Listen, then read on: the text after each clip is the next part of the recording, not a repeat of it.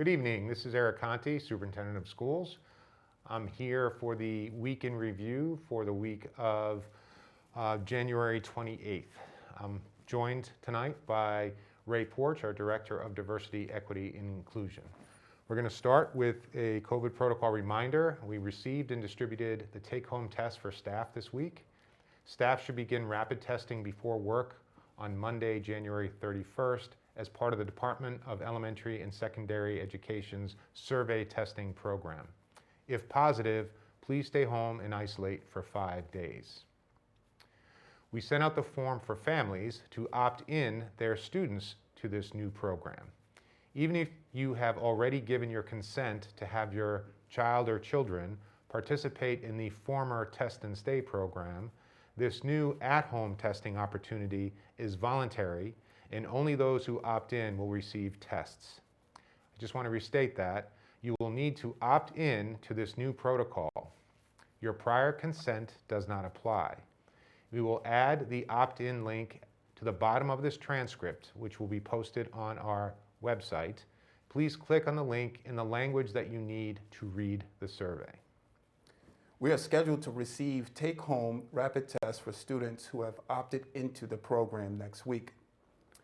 If you are participating in the survey testing, you are asked to test your child on Monday morning, February 7th, prior to school. Although you do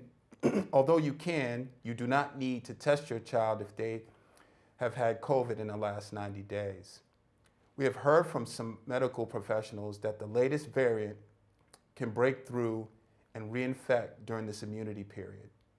If possible, please keep your child home and remain isolated for 5 days.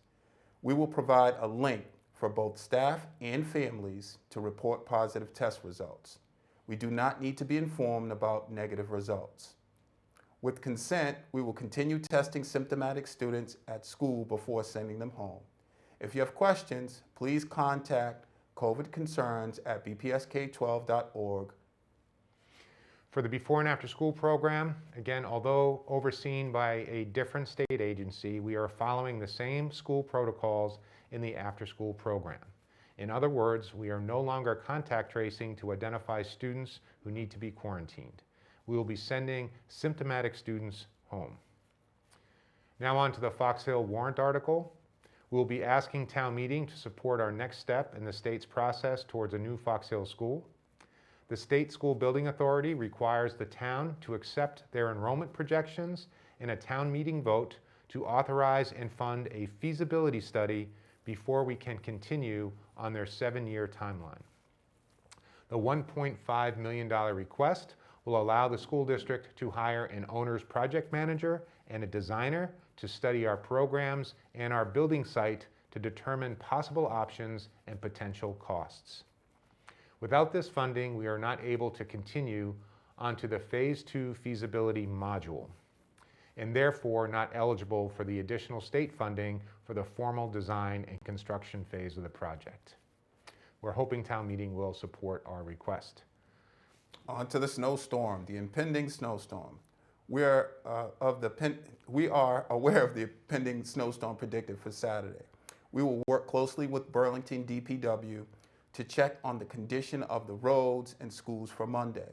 We thank you all for the town. We thank all of the town and school employees who will work tirelessly on Sunday and hopefully have us ready for school. Everybody be safe out there.